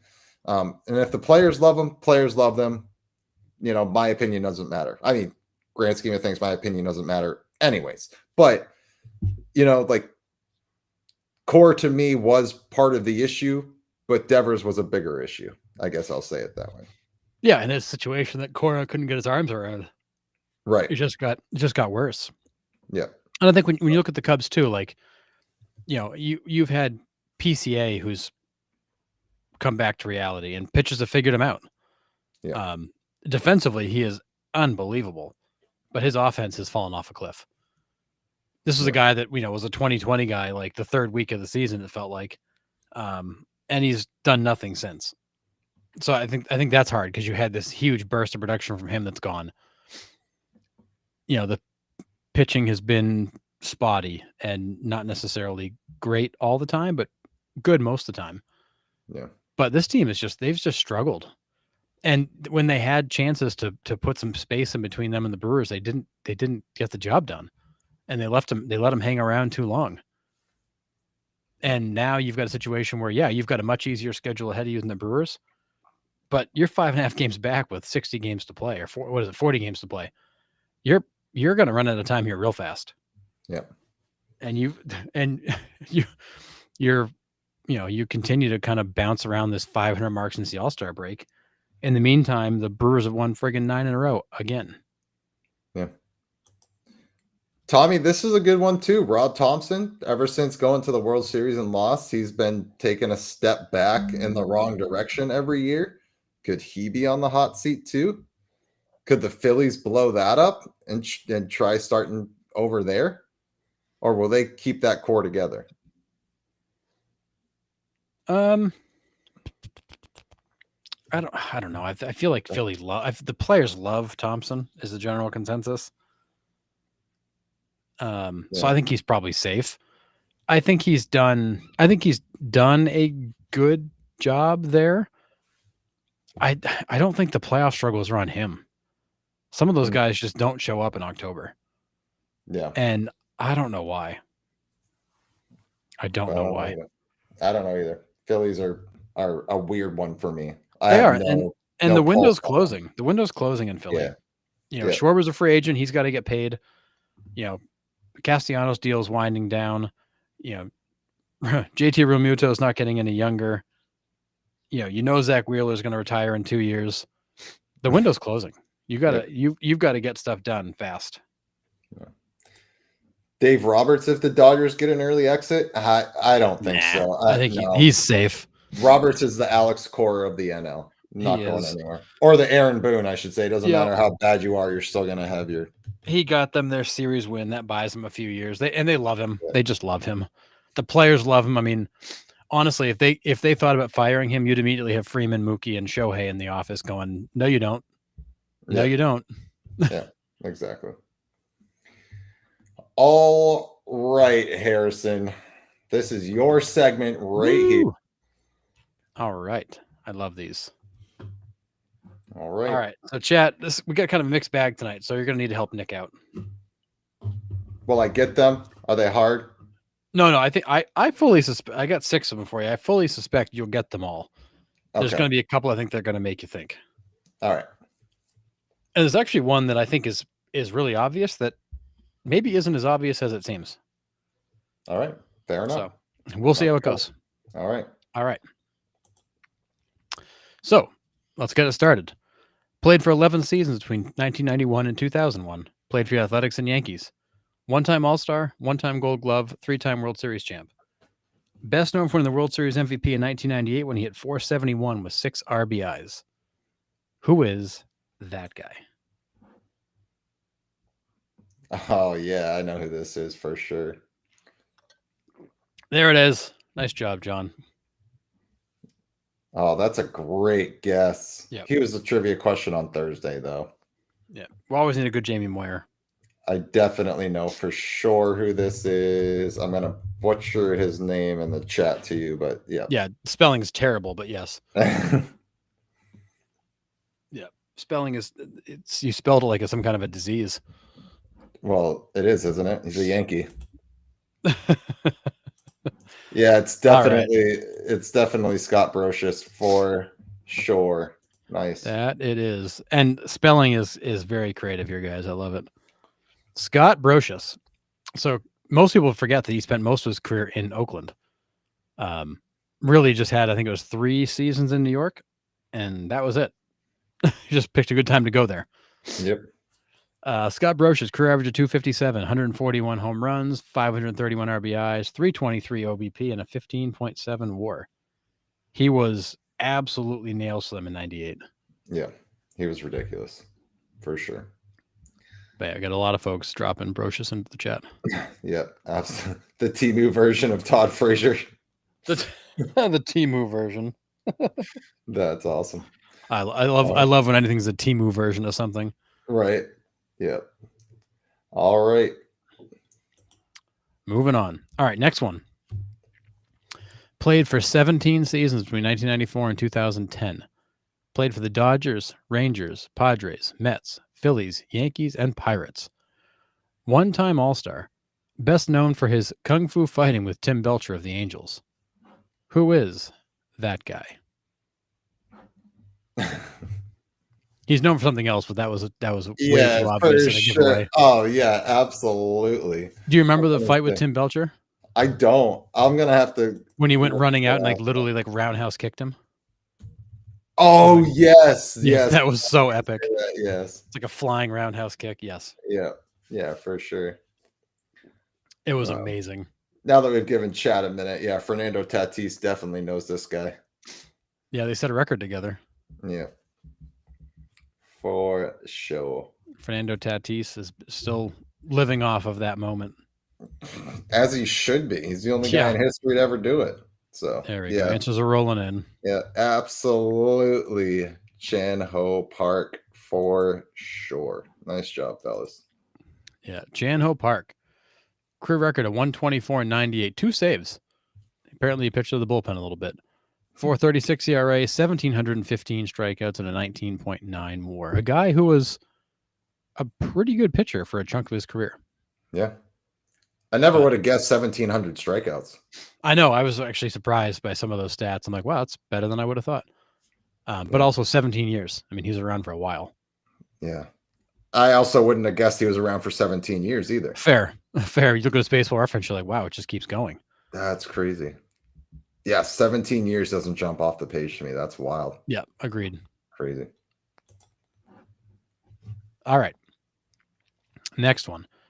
Played for 10 seasons between 1995 and 2004. Played for the Dodgers, Diamondbacks, Tigers, Orioles, Indians, Yankees, and Mets. The 1995 Minor League Player of the Year. Best known for a feud with Pedro Martinez that started a well-known bench-clearing brawl. Who is that guy? I absolutely despise this guy. Yes, that is who that is. Oh my god, I absolutely despise this guy. He was probably my most hated Yankee. Yated Hanky. Hanky too. Look at God. People are lighting up. Oh yeah, chat. For sure. Yeah, Kareem Garcia for sure. Kareem, a guy who was really pretty much irrelevant in baseball, except for the 2003 season when he made all of Red Sox Nation hate his guts. He just looks like a typical New Yorker. He just looks like it for sure. Yeah. Man, that guy was hated. And when he picked that fight with Pedro, boy, did that not end well for him. I always love the look on his face when Pedro threw it behind him. He just gives that dumb look right back to Pedro. Yeah. Like he almost looked confused as what was happening. Yeah. It was like, dude, you just almost got your bell rung. Yeah. All right. Anyways, Kareem Garcia. Career average of 241, 66 home runs, 212 RBIs, a 279 OBP, and a negative 3.3 WAR. A guy who just kind of existed. That's a thing now, Captain. Make note of that. We're going to use that. I hate the Yankees also. A guy who really was irrelevant, except for that one season in New York where everybody learned to hate him. Brutal. Man. Pretty bad. Pretty bad. Thanks for that memory. You're welcome. Yeah, I'm walking here. That's definitely perfect. East Coast. Yeah, that's perfect. I love that. Yeah, okay, yeah, that's the best way to describe his face for sure. Oh, all right. Next one. Played for 17 seasons between 1986 and 2003. Played for the Royals, Mets, Blue Jays, Yankees, and Red Sox. 5-time All-Star, 1-time Cy Young winner, 5-time World Series champ. Best known for throwing a perfect game in 1999 against the Expos. Who is that guy?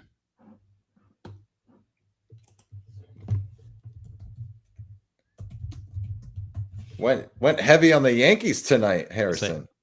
Well, it's funny because another guy who wasn't with the Yankees really that long in his career. Nope. But long enough. Yep. Pitched out of 3 different arm slots too.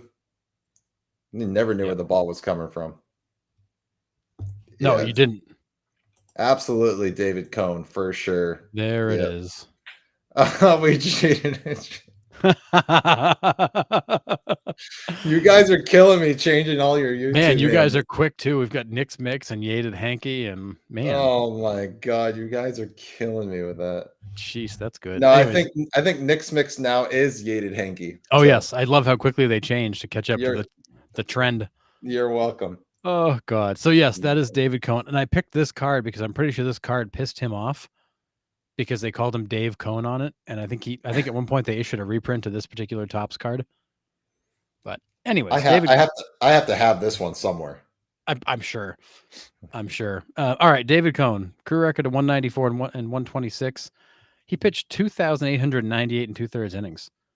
3.46 ERA, 2,668 Ks, 62.3 WAR. A guy that just year after year pitched well. Yeah. I mean, those are not bad numbers at all. Not like overwhelming numbers, but not bad numbers. Nope. I'd take them. For sure. All right. All right, next one. I had to bring this up because of some other stuff we've been talking about. Played for 12 seasons between 1983 and 1994. Played for the Dodgers, Pirates, Braves, and Astros. Set the NL record for assists by a first baseman with 166. Best known for scoring the winning run in a deciding NLCS game with the slide. Who is that guy? It's really funny because I put this play out. I blurred out the entire play. I put it on a post. So Yep. yeah, That's why I had to connect it. Yep. I don't even There think it you got is. the picture up. Yeah. This is the funny thing is, if not for that play, none of us would recognize this guy. Literally, talk about a guy who's living on a moment. Yep. Sid Bream, average of 264, 90 home runs, 455 RBIs, 336 OBP, and 11.1 WAR. Really, just that moment in Game 7 of was it 92 NLCS? That was it. Mm-hmm. That's Crazy. the moment. Yep. Nice. It is Sid Bream for sure. Dang. All right. Next up, played for 10 seasons between 1996 and 2005. Played for the Yankees and Red Sox. 3-time World Series champ. Best known for being one of only 3 players in history to win a World Series with the Yankees and the Red Sox. Who is that guy? Many people forget he was a member of the 2004 Red Sox.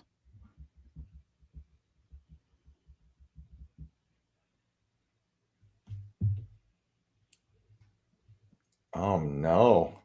I was doing so well. I know. Yeah, I can't. I hadn't even finished reading the question. He had it out. Yeah. It just didn't need it all. Oh my god, I should know this one. Remember the entire bottom of the ninth in that game. That game is epic. Oh, I think I got it. I think it just hit me.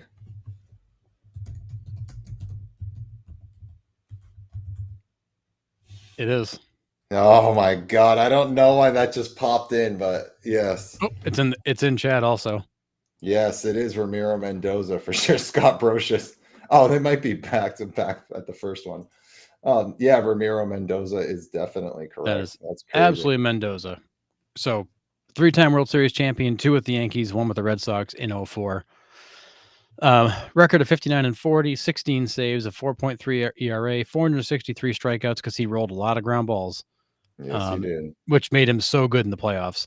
And then 11.7 WAR. Wow. He was arguably he was kind of like the Yankee Swiss Army knife out of the bullpen for years. Yep. Used to drive Red Sox fans crazy. Yeah. Yeah, Ramiro Mendoza. Man, I can't believe that name popped into my head. I don't know why I had it. When I first saw it, I was like, I don't have a clue. Then the more I looked at his face, I tried to look under his hat because he definitely had some writing under there, but I couldn't quite see it. Yeah, I couldn't make it out. And then it just popped in. But man, yeah, he was a ground ball machine out of the bullpen. Oh my goodness. It was frustrating. It'd drive you crazy. He'd come in, meet of the order, ground ball, inning over. Yeah. And you're like, well, damn, that inning was fast. Yeah. That sucked. He'd come in with runners on, 1 out, roll a double play, and be gone. Yeah. Dang. All right, fellas, just a couple things before we end the show here. Week 10, final week this Wednesday, 9 p.m. Eastern Standard Time for our last Jeopardy game. We do have some pretty cool things, I think, for the next game show, quote unquote game show, that we're going to try to put together, hopefully sometime in September. So after Jeopardy is over next Wednesday, we are going to take a break on Wednesday nights for a little bit. We're going to try to set up the new game show. As some of you might have seen on the page already, I'm kind of putting out some stuff. So that might give you a hint on what the next game is going to be. But it's going to be fun. So tune in Wednesday, week 10. Those are not the headshots of the leaders, although it is us. But yeah, for sure. So we have Jeopardy, week 10, final week. And then Thursday, we have Terry Shumpert on. I can't wait for this interview. This is going to be incredible. Our first former MLB player on the show to talk about his career, 13 years in the big leagues. I mean, you're going to have some stories for sure. And I cannot wait to talk to him. He's excited to talk to all of us. So kind of giving him an outline of what it looks like coming in. He's excited. He says that, you guys look like you have a lot of fun. So he's excited to come on and talk. So pretty cool. Look at his career, like standout player in Kentucky, a lot of like school records in there at the time when he was playing, and pretty decent MLB career. So I cannot wait for him to join the show on Thursday. It's going to be awesome. Yeah, absolutely. So, all right. Do you guys have anything else? I did not bring this up, John Temple. For sure, this is awesome. They announced to Ichiro at his number retirement ceremony that they are getting a statue in front of T-Mobile. So that is pretty dang incredible. And today, Ichiro threw out the first pitch to Randy Johnson, and Randy was in full catcher's gear. That's awesome. They make catcher's gear for a guy that tall? Yeah, right. Yeah, ankle guards. They're not really shin guards on Randy Johnson. But, man. Yeah, that's cool. And Ichiro's deserving. I mean, he embodied everything in Seattle for them. So, pretty awesome. Yep. So. Yeah, amazing. All right. Do you have anything else before we end the show for tonight, Harrison? Just a couple of quick items. One is did you see Caminero break his bat and have it like come in and spear down into the ground last night? No. So Junior Caminero he kind of reached and hit a ball, fouled the ball off and broke his bat and snapped it from like handle and barrel separated. Yeah. The barrel went flying through the air and then stabbed into the ground over by third base. That's awesome. Everybody's like, whoa, like, you never see that happen, but it was pretty cool how it kind of stabbed into the ground. Nobody would go near it. They made the bat boy come out and get it because they're all like, superstitious and weird about it, but it was kind of cool to see it fly off that way. And yeah, that's incredible. Land like that. Cause you know that's bound to happen sometime. Like somebody's going to get stabbed with one of these things. Yeah, that's crazy. I'm surprised we don't have more injuries or haven't heard injuries from bats like that.